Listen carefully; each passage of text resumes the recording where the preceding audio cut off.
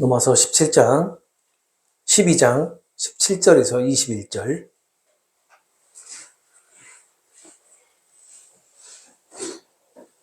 우리 한 절씩 교독하겠습니다.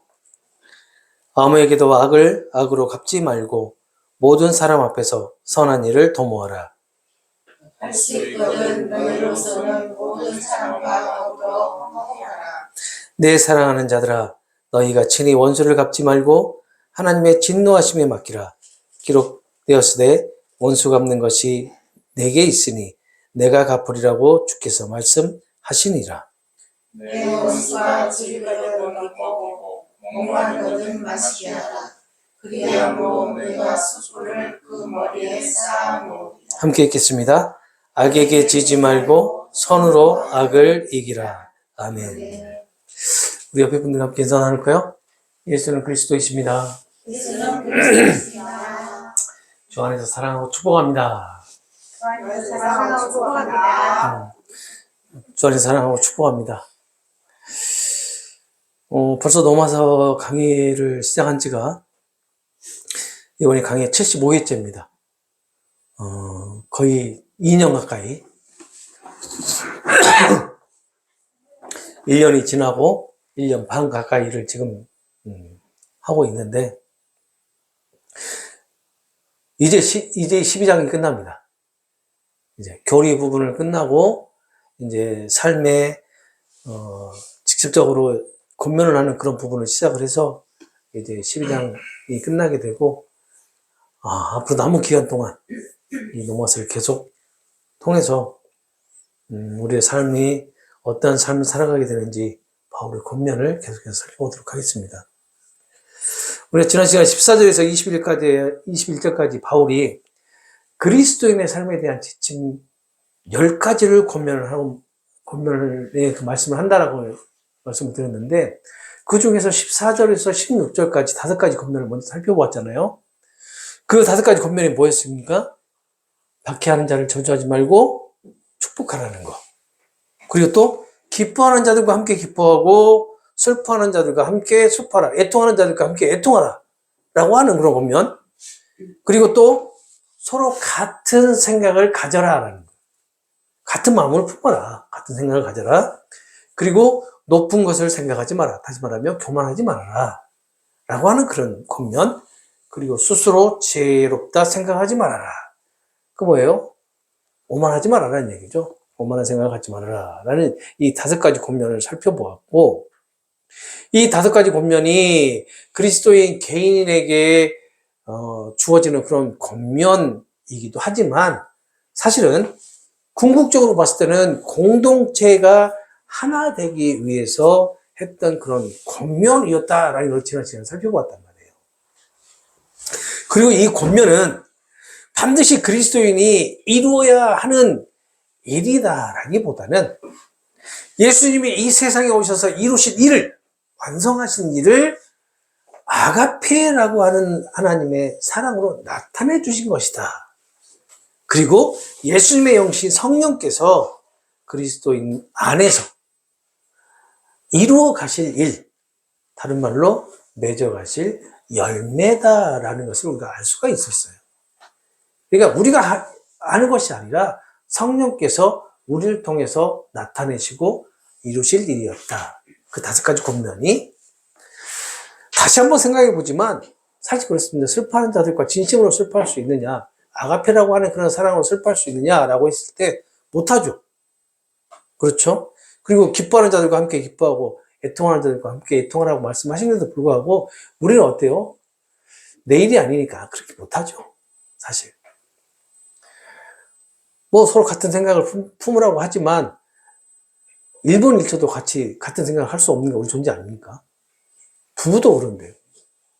그렇죠? 가족 간에도 그러잖아요. 그리고 우리가 교만하지 말라고 하는데 교만 안 할 수 있나요? 우리에게 조금만 무언가 남들보다 우월한 것이 있다면 무조건 다 교만해지죠. 그리고 우리 스스로가 지혜롭다고 생각을 하면서 살아가잖아요. 왜요? 내가 이 세상의 이 우주의 중심이라고 생각하기 때문에 이런 것들을 우리가 어떻게 우리가 이루어갈 수 있겠냐는 거예요. 우리 스스로.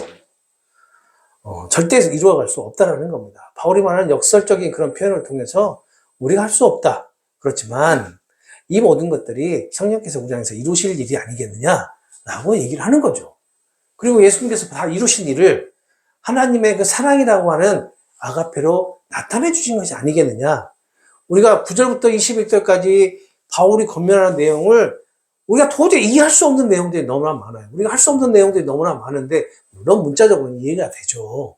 문자적으로는 이해가 되지만 이것을 풀어보고 내용을 살펴보면 우리가 이해할 수 없는 부분이 너무나 많지만 이것을 9절에서 먼저 제시했던 진실한 사랑, 아가페라고 하는 그 사랑으로 모든 것을 풀어나가면 다 풀린다는 거예요. 하나님의 사랑이 우리를 이러한 자도 살아갈 수 있도록 인도하신다는 것이 되겠죠. 지난 시간에 이어서 오늘 또 17절과 27절에서 21절에서 계속해서 바울의 권면을 살펴볼 건데요. 오늘 본문 17절에서 21절에는 선과 악에 대한 주제로 권면을 합니다. 5가지를 권면을 하는데 악 대신 선을 행하라 라고 하는 권면이 17절과 21절에 딱 배치가 되어 있어요. 그리고 그 가운데에 18절에는 모든 사람들과 화평을 이루어라 라고 얘기를 하고 있고 또 19절에는 직접 복수하지 말고 하나님께 맡겨라 그 복수를 그렇게 얘기를 하고 있고 또 20절에는 원수에게 선을 행하라 라고 이렇게 권면을 하는 것이 배치되어 있단 말이에요. 그러면서 17과 18절, 21절에 선을 악 대신 선을 행하라 라고 이렇게 얘기를 하고 있어요. 그냥 오늘 17절에 21절까지 이 본문 내용의 핵심은 21절에 있어요. 21절. 그리고 이 5절에 이 요약이 21절에 딱 들어가 있어요. 나중에 살펴보겠습니다. 자, 먼저 아무에게도 악을 악으로 갚지 말고 모든 사람 앞에서 선한 일을 도모하라 라고 하는 17절의 권면을 살펴보려고 합니다. 자, 아무에게도 누구에게도 악을 악으로 갚지 말라. 모든 사람 앞에서 선한 일을 도모하라 라고 하는데 참 어려운 얘기입니다. 그렇죠? 아무에게도 즉 말하면 나에게 해코지 하는 사람을 그 사람에게 대갚지 말고 그 사람에게 선을 베풀라는 얘기예요. 가능하겠어요, 안복 지사님? 누가 안복 지사님한테 탁 때렸어요. 그러면 안복 지사님 탁 웃으면서 할렐루야 감사합니다 이렇게 할 수 있겠어요? 안 되죠? 네, 맞아요. 그런데 바울은 이렇게 얘기를 해요. 바울은. 그리고 모든 사람들 앞에서 내가 선한 일을 계획하고 그 일을 행하라고 합니다. 모든 사람들 앞에서. 여기서 이 도모하라라는 이 말의 의미가 뭐냐면요. 미리서 계획하는, 미리서 준비해라. 미리서 생각을 하라는 겁니다. 여러분, 선을 행하는데 미리서 계획하고 준비하고 행하나요? 선을 행하지도 못하는데 뭘 미리서 계획하고 준비하겠어요. 그죠?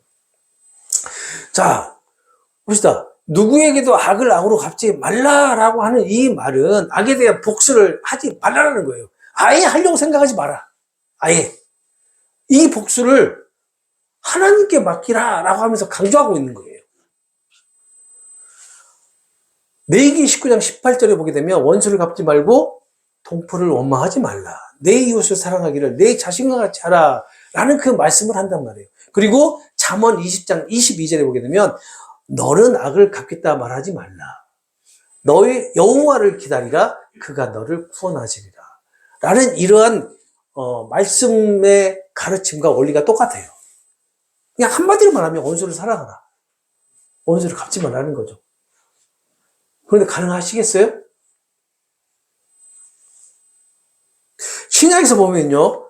예수님의 그 가르침과도 연결됩니다. 마태복음 5장 38절에서 39절을 보면 눈은 눈으로 이는 이로 갚으라 라고 들었지만 악한 자를 대적하지 말고 누구든지 내 오른뺨을 때리거든 왼쪽도 돌려서 대줘라 라고 이렇게 말씀을 하는데, 같은 원리죠. 이게 가능하겠냐는 겁니다. 이렇게 원수를 사랑하라고 말씀을 하시는데, 이게 가능하겠냐는 거예요. 누가 나에게, 내가 가지고 있는 소유의 아주 작은 거, 하찮은 거 하나라도 가져가면 그 사람을 어떻게 해요? 죄인 취급하고 도둑 취급하고 난리잖아요. 그런 우리가, 그런 그리스도인이 가능하겠냐는 겁니다. 아니, 그렇게 나에게 해로운 것을 끼치는 그런 것이 아니더라도 우리 교회 안에서요, 내가 맡고 있는 일을 누군가가 살짝만 침범을 해도 어때요? 권사님이 됐든 장로님이 됐든 화를 내면서 막 역정을 하잖아요. 그런 우리가 어떻게 이렇게, 사실 있잖아요. 우리가 그 작은 일 얘기했지만 큰 일을 한번 얘기해 볼까요? 누군가 내 아들을 죽였다고 생각해 보세요. 도저히 용서할 수 있어요? 내가 그 사람을 가서 때려 죽이는 한이 있다, 내가 감옥에 가는 한이 있더라도 그 사람을 때려 죽이겠다는 그런 마음을 가지지 않을까요? 그게 정상 아닌가요? 얼마 전에 무안공항에서 수없이 많은 인원이 죽음을 맞이했잖아요. 그런데 그 가족들은, 그 유가족들은, 아, 그래, 이게 하나님의 뜻이지, 이게 운명이지, 라고 이렇게 받아들이면서, 그래, 당신들 잘못 아니야, 이렇게 했을까요? 얼마나 원망하고 복수의 칼을 갈았을까요? 그런 우리가 이렇게 원수를 사랑하라는 그 말씀이 가능하겠냐라는 겁니다. 생각을 해보시기 바라요. 물론, 그래서 실천하신 분이 없지 않아 있어요. 우리 손양 목사님만 봐보세요. 아들을 죽였는데도 불구하고 그 아들을 죽인 자를 어떻게 해요? 양아들로 삼아버리잖아요. 그런데 그분이 맨정신으로 이렇게 하셨겠냐고요. 맨정신으로. 저는 맨정신으로 이렇게 하셨다고 생각지 않습니다. 성령께서 그 목사님의 마음을 움직여서 그러한 하나님의 사랑을 목사님을 통해서 나타내신 것이 아니겠느냐. 그 한 사람을 살리기 위해서, 누구를요? 아들을 죽인 그 사람을 하나님께서 부르시기 위해서, 그 영혼을 하나님께서 되찾기 위해서 손양 목사님의 아들을 희생하시고 손양 목사님을 통해서 그 아들에게 하나님의 사랑을 나타내신 것이 아니겠느냐. 저는 그렇게 생각을 하거든요. 그렇다면 우리의 생각과 우리의 그런 마음으로는 도저히 그 원수를 사랑할 수 있다는 그 말 자체가 모순이라고 저는 생각을 해요. 갚지 말라라고 하는 이 동사가요, 현재 분사 능동이에요. 계속 현재 분사라고, 이 바울이 이상하게 넘어서 12장의 9절에서 21절까지 현재 분사를 너무 많이 사용을 합니다. 그런데 이 현재 분사가요, 그냥 이례적으로 끝나는 것이 아니라 계속해서 그러한 마음을 가지라는 거예요. 그러니까 악을 갚지 말라라는 말, 계속 갚지 말라라는 그런 의미예요. 그러한 악을 갚는 태도를 지속해서 계속 버려야 한다라는 거예요. 갚으려고 하는 그런 마음을 버려야 된다, 계속해서. 나에게 어떠한 일이 계속, 나의 원수가 나를 계속 침범해 오더라도 그들을 원수라고 생각하지 말고 계속 사랑으로 베풀어야 된다는 얘기예요. 정말 불가능한 일이죠, 불가능한 일. 그러면서 있잖아요, 모든 사람이 선하다고 여기는 일을 하려고 미리서 생각하고 준비하라고 지금 얘기하고 있는, 모든 사람이 선하다라고 인정하는 일들을 미리서 준비해라. 선한 일을 즉흥적으로 하지 말고 계획적으로 준비해라 라고 지금 바울은 얘기하고 있는데, 우리가 살다 보면 물론 그렇게 할 수도 있어요. 우리가 구제 같은 거 할 수 있잖아요. 구제도 할 수 있고, 또 내지는 우리 불쌍한 사람들 보면 우리가 계획적으로라도 그 사람을 계속해서 이렇게 방문해서 돌봐줄 수도 있고 하는 그런 선을 베풀 수는 있어요. 그렇지만 일반적으로 생각할 때 이러한 일들을 즉흥적으로 우리가 계획적으로 하냐고요. 실행하지 않잖아요. 그러죠? 단순히 좋은 일을 하는 것이 아니라 미리서 계획하고 계획하는 그런 태도를 바울은 요구를 하고 있는 것이 본문인데, 그렇게 할 수 없다라는 겁니다. 자발적으로 준비해서 선을 베풀어라? 글쎄요, 이게 있을 수 있을까라는 생각을 해봐요. 아마 불가능하지 않을까. 오늘 본문에서 바울은 선이라고 하는 단어 두 가지를 얘기를 해요. 두 가지. 하나는 뭐냐면 17절에 나오는 선, 칼로스입니다. 이 17절에 나오는 선 칼로스는요, 그냥 외적으로 보이고, 보기에 아름답고, 사람들에게 칭찬을 받을 만한 선함을 얘기해요. 그냥 보통 우리가 행하는 뭐 구제, 그리고 착한 일, 이런 것들을 말한단 말이에요. 개인적인 신앙뿐만 아니라 사회 윤리적으로도 모든 사람들 앞에서 인정을 받을 만한 그런 아름다운 선한 행동, 이것을 말하는 것이 칼로스예요. 그리고 21절에 나오는 선 아가도스는요, 본질적으로 선하다는 것을 얘기합니다. 본질적으로 선하고 윤리도덕적으로 옳은 것, 하나님의 뜻에 합당한 참된 선함을 얘기를 하고 있는 거예요. 그럼 좀 다르죠, 성격이. 그러죠? 이 아가도스는요, 인간적인 기준이 아니라, 그러니까 칼로스는 인간적인 기준이에요. 이 아가도스는 인간적인 기준이 아니라 하나님께서 보시기에 선한 것을 말하는 거예요. 17절과 21절의 선으로 이렇게 시작해서 선으로 마무리를 하는데, 이것이 같지 않는 이유가 무엇일까? 17절에 바울이 말하는 선, 우리에게서 요구하는 선은 무엇일까라는 것을 생각을 해보실 필요가 있습니다. 무엇일까? 우리가 흔히 할 수 있는 인간적인 기준에서의 선을 말하는 거겠죠. 그렇지만 그것이 기다 아니다? 맞다 안 맞다? 안 맞다. 그러면서 21절에 이 본문을 마무리하면서 말하는 선, 하나님 기준에 맞는 선으로 악을 이기라는 거예요. 악을. 얼마나 이 바울의 그 표현력이 정말 뛰어납니까? 똑같이 선을 얘기하면서, 그래, 너희들 이 선을 행할 수 있어. 라고 얘기를 하고, 행하라고 명령을 하지만, 그것이 아니야. 진짜 선은 뭐냐면, 하나님의 기준에 맞는, 하나님의 뜻에 맞는 것이 참된 선인 것이야. 본질적인 선을 말하는 것이야. 라고 21절에 마무리를 해버린단 말이에요. 17절에 나오는 선, 카로스는 단순하게 친절을 베푸는 것을 뜻하는 것도 하겠지만, 어떻게 보면 공동체와 사회를 위한 적극적인 선행을 계획적으로 그리스도인 실천하기를 바울이 요구하는 거예요. 그렇지만 그게 불가능하잖아요. 그렇게 한다는 것이. 이미 바울이 권면을 하지만 이것이 우리 인간으로서는 불가능하다는 것을 바울은 깨닫고 얘기를 하는 거죠. 결국 있잖아요. 그런 칼로스나 아가도스나 인간의 본성이나 노력이나 열심으로는 가능한 것이 아니다라는 것을 지금 얘기하고 있는 거죠. 칼로스도 역시 마찬가지 인간의 본성으로서도 가능하지 않다. 물론 아가도스는 더 불가능하겠죠. 우리가 하나님의 선이니까. 칼로스나 이 아가도스는 하나님의 사랑이라고 하는 아가페, 그리고 은혜로만 가능하다라는 것을 강조하기 위해서 바울은 얘기하지 않았을까? 저는 그렇게 해석을 해봅니다. 그리고 이러한 선은요, 구원을 받기 위한 조건이 아니라, 수단이 아니라, 구원을 받은 자들에게서 하나님의 은혜로 자연스럽게 맺어지는 열매가 아니겠느냐라고 저는 생각을 해봐요. 해석을 해봅니다. 바울이 오늘 본문에서 선을 강조한 이유가 무엇일까? 선을 강조한 이유가? 한번 고민을 한번 해보시기 바랍니다. 왜 바울은 두 가지 선을 강조를 했을까?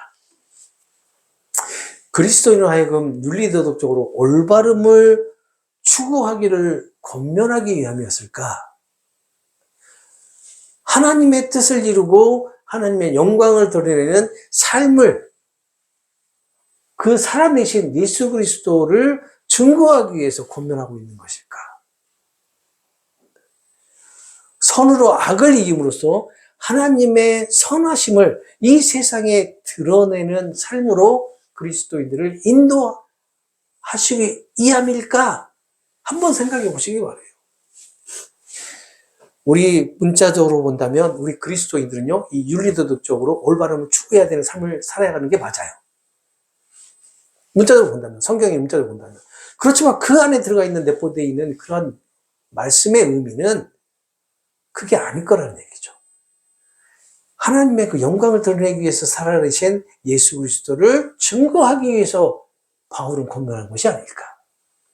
예수님께서 살아내신 그 삶, 예수님께서 이루신 그 선을 나타내기 위해서 바울은 권면하는 것이 아닐까.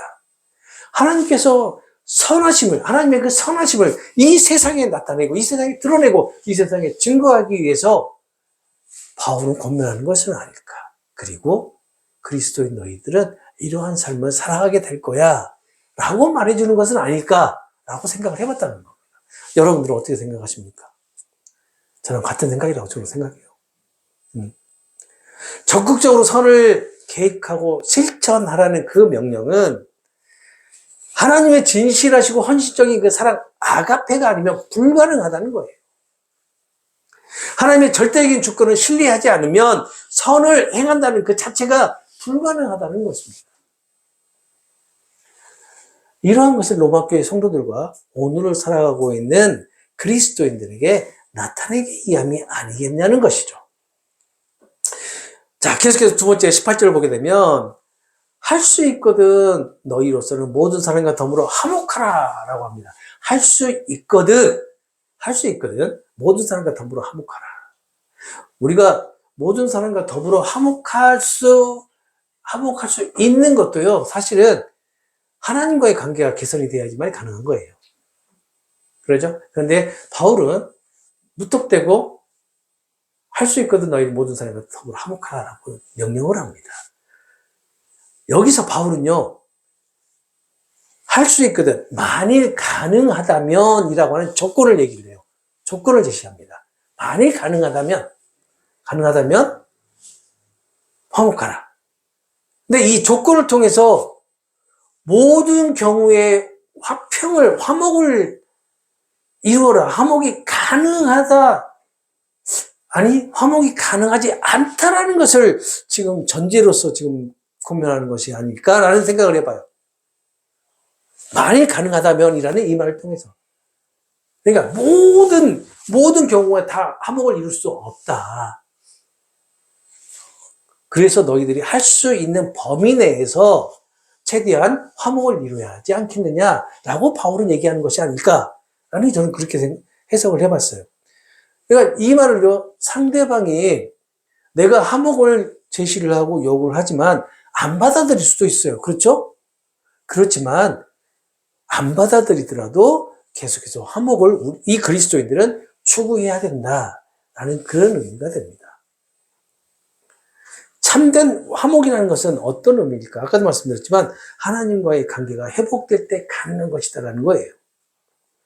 그리스도인이 내민 그 화목의 손길을 거부한다라는 것은 하나님과의 관계를 거부하는 것과 같은 것이 아닐까요?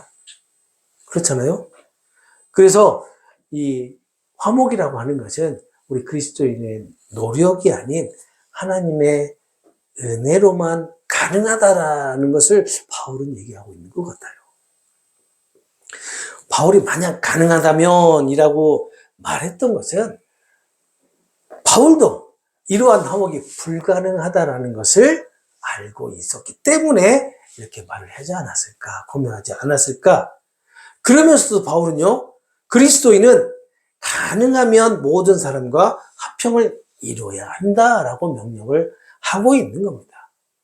하지만 예수님의 복음이라고 하는 이 진리를 악과 타협하면서까지 화목을 추구할 필요는 없다라는 것을 바울은 가르치고 있는 거예요. 우리가 예수님의 복음이라고 하는 진리를 내던지면서까지 이 악과 화평을 이루어라라고 하는 그런 말은 아니다라는 겁니다. 계속해서 19절에서 20절에 보게 되면 구약을 인용해요. 구약을 인용해서 권면을 하는데 원수를 갚지 말라라는 것은 레위기 19장 18절 인용한 것이고 하나님께서 갚는다는 것은 신명기 32장 35절을 인용한 거예요. 그리고 원수를 먹이고 머리에 숯불을 쌓아놓는 것은 잠언 25장 21절에서 22절의 말씀을 인용하는 겁니다. 세 번째 권면이 복수하지 말고 하나님께 맡기라라는 것을 살펴보면요, 무엇을 하지 말라라고 하는 부정어를 사용을 해요. 이것을 사용해서 너희 자신 스스로 복수하지 말라라고 명령을 합니다. 대신에 하나님의 진노하심에 내어드려라 라고 하면서 신명기 32장 35절을 인용하는데 원수 갚는 것이 내게 하나님께 있으니 하나님께서 갚을 것이다 라고 하나님께서 말씀하셨다는 거예요. 스스로 원수를 갚지 말고 하나님의 공의로운 심판에 맡기어라 라고 말씀하고 있는데 그것이 어떤 의미일까? 타락한 그 이성을 가진 인간이 공의로운 심판을 할 수 있을까요? 없을까요? 없죠. 바로 그 얘기입니다.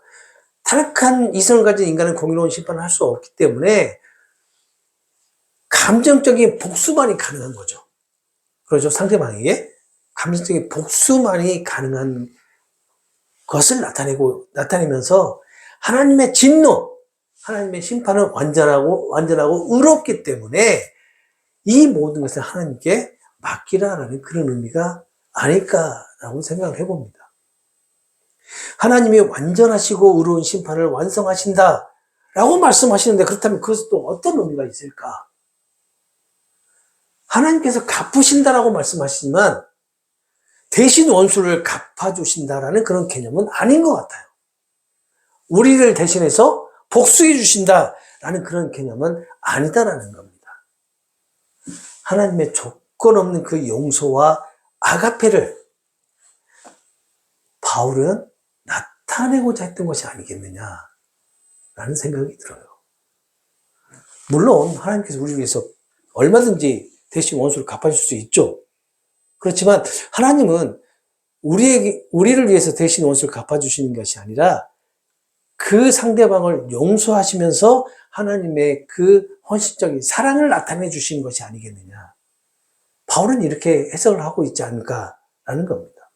예수님이 십자가에서 원수까지 사랑하시고 용서하셨던 그 복음의 능력을 바울은 그리스도인들을 통해서 나타내고자 하는 그런 의미가 아니었겠느냐라는 거죠.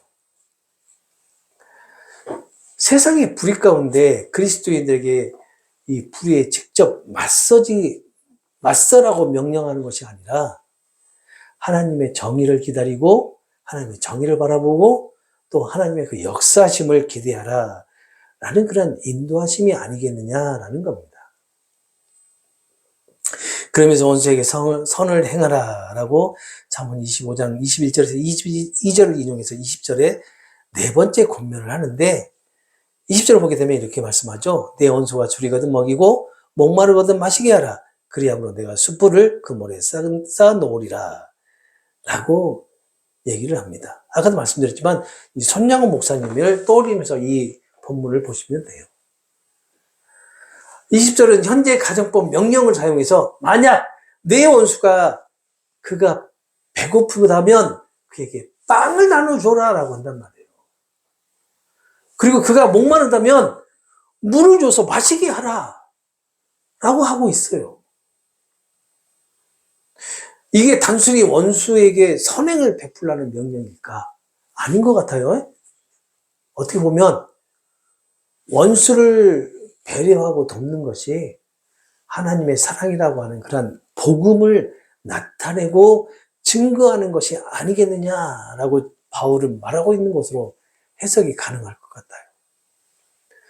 왜 이렇게 바울은 이렇게 해석을 했을까?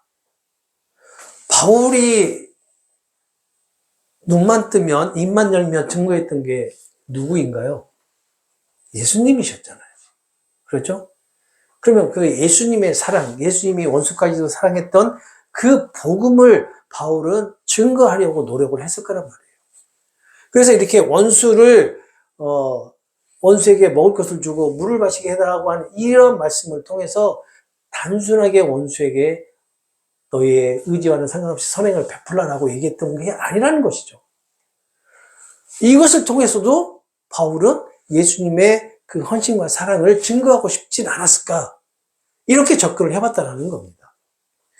그렇게 접근을 해보니 이것도 역시 마찬가지 예수님의 사랑이라고 하는 복음을 바울은 나타내고 증거하고자 했던 것이 아니겠냐는 그런 결론이 나왔다는 거예요.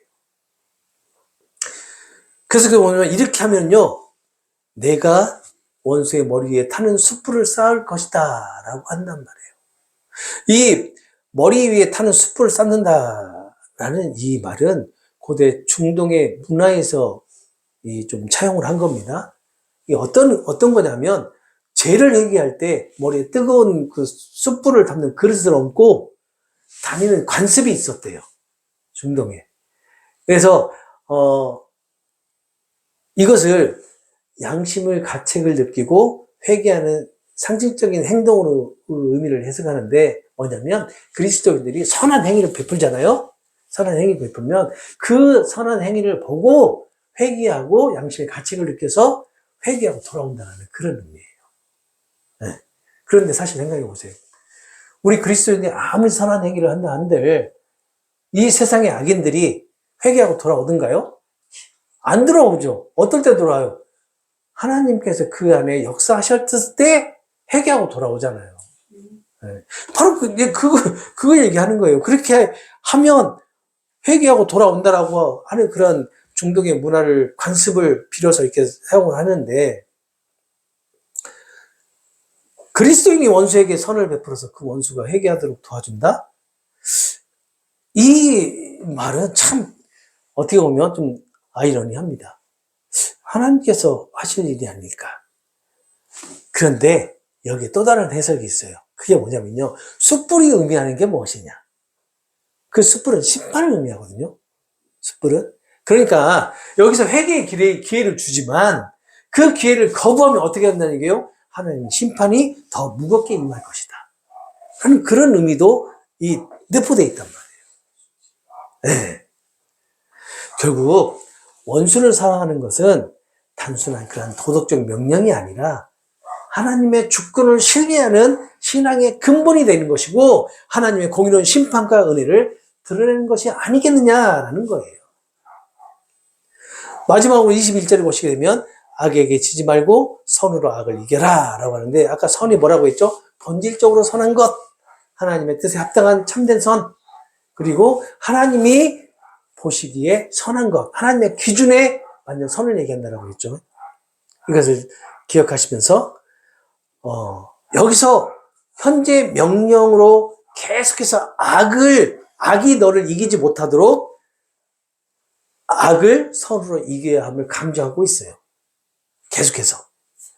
악이 너를 지배하지 못하게 하고 오히려 선한 행동으로 악을 극복하라라는 그런 의미인데 여기서 선한 행동은 누가 하는 행동이에요?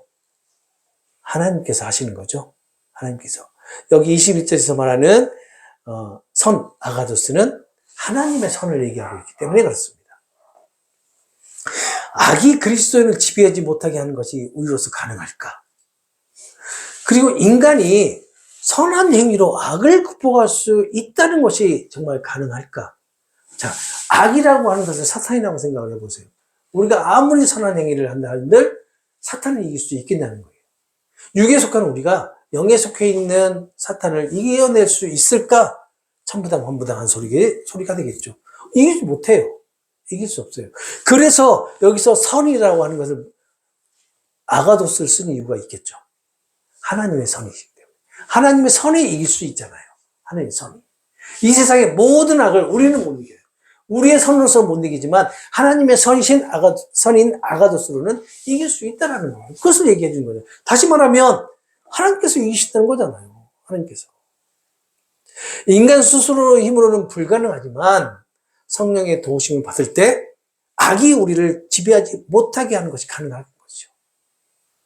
선으로 악을 이기는 것은 우리의 능력이 아니고 예수님을 통해서 이루어지는 하나님의 역사심이라는 거예요.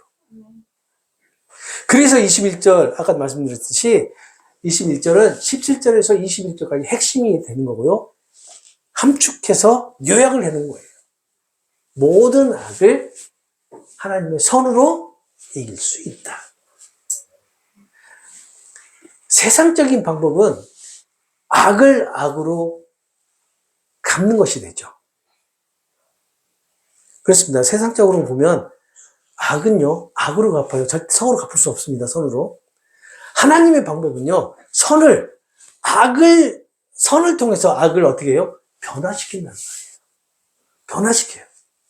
악을 악으로 되갚으면 결국 악에게 지배를 당하게 되지만 바울은 그리스도인의 삶에 대해서 하나님의 선이 악을 지배하고 이기고 변화시킬 수 있다는 것을 우리 그리스도인의 삶 가운데 나타내신다라고 권면을 하고 있는 겁니다. 그러면서 마무리를 하는 거예요. 오늘 부분을 요약해보면 그렇습니다. 악을 악으로 갚지 말고 모든 사람 앞에 선한 일을 힘써 행하라. 그리고 할 수 있거든 모든 사람과 더불어 화목하게 지내라. 복수하지 말고 하나님의 공의로운 심판에 맡겨라. 그리고 원수가 배고프면 먹이고 목마르다고 하면 마시게 하라. 그러면 그가 양심의 가책을 받고 회개할 수 있다라는 거예요. 그러니 악에게 지지 말고 선으로 악을 이겨라 라는 내용입니다. 오늘 본문의 내용을 냉철하게 묵상해 보시기 바랍니다. 냉철하게. 이러한 명령을 그리스도인이 스스로 행한다는 것이 정말 가능한 것일까? 바울은 현재 분사를 사용해서 이례적인 것이 아닌 꾸준히 행할 것을 요구하고 있단 말이에요. 그리고 현재 명령을 사용해서 권면을 하고 있어요. 이게 가능한 것인가? 이게. 지금 우리 마음 가운데서도, 지금 이 시간 우리 마음 가운데서도 뭔가 누군가를 미워하고 누군가에게 복수해야 되지 않은 그런 마음을 가질 수도 있단 말이에요. 예배드리는 이 순간에도 수없이 많은 그리스도인들이 예배드리고 있지만 이 순간 똑같은 이 시간 예배를 드리고 있지만 이 예배 가운데서 그런 악한 마음을 가질 수 있는데 과연 이게 가능하겠냐라는 겁니다. 이렇게 꾸준하게 계속해서 이런 마음을 가질 수 있겠냐라는 거예요. 눈앞에 보이는 원수와 단 1분 1초도 함께 있는 것도 힘들고 용서하는 것이 불가능하고 원수와 함께 있는데 그것을 당장 떠나고 싶은 게 우리 본심인데 우리의 본성인데 어떻게 그게 가능하겠냐는 거예요.